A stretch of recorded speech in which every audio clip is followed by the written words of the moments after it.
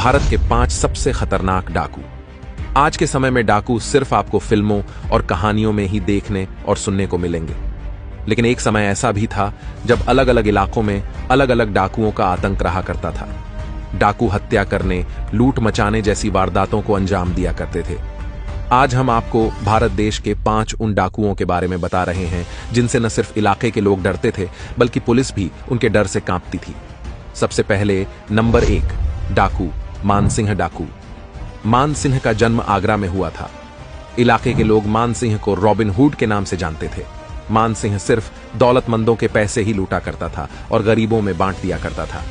कहते हैं कि डाकू मानसिंह ने कभी किसी महिला गरीब लोगों पर या फिर बच्चों पर किसी तरह का कोई अत्याचार नहीं किया था। डाकू मानसिंह को सन 1995 में पुलिस ने एक एनकाउंटर में मार गिराया था। नंबर 2, डाकू निर्भय सिंह गुज्जर। निर्भय सिंह गुज्जर चंबल के सबसे बड़े डाकुओं में से एक माना जाता है। इसके गुट में कुल 70 से 75 डकैत शामिल थे। इनके गुट का हर डकैत AK-47 राइफल से लैस होता था।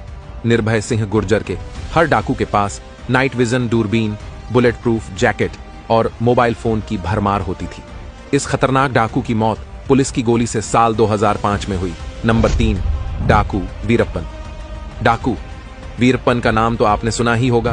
बेहद खतरनाक आपराधिक किस्म का आदमी, व्यक्ति कहना तो जैसे गुनाह ही है, क्योंकि ये डाकू इतना खतरनाक था कि इसकी दहशत से इलाके के लोग थर थर थर कांपते थे।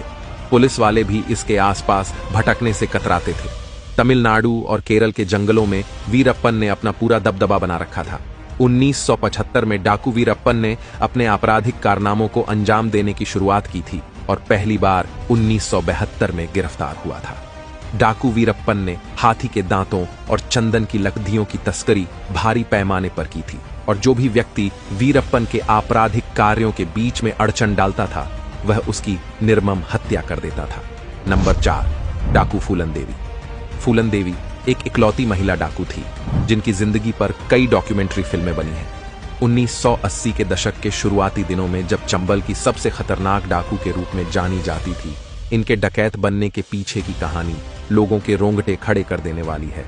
फूलन देवी के साथ कुछ ऊंची बिरादरी के लोगों ने एक बार नहीं बल्कि कई बार बलात्कार किया था। इसी वजह से सिस्टम के खिलाफ आवाज उठाने की खातिर फूलन देवी ने बंदूक का सहारा लिया और बन गई डाकू फूलन देवी। साल 2011 में शेर सिंह राणा नामक व्यक्ति ने फूलन देवी की हत्या उस समय कर दी जब वो आपराधिक दुनिया को छोड़ राजनीति में संसद सदस्य के रूप में अपनी पहचान बना चुकी थी। नंबर 5, सुल्ताना डाकू। डाकू मानसिंह की तरह ही सुल्ताना डाकू को भी गरीब लोगों का मसीहा माना जाता था, लेकिन दहशत ऐसी कि किसी की भी हिम्मत नहीं होती थी कि उसके सामने सर उठाए।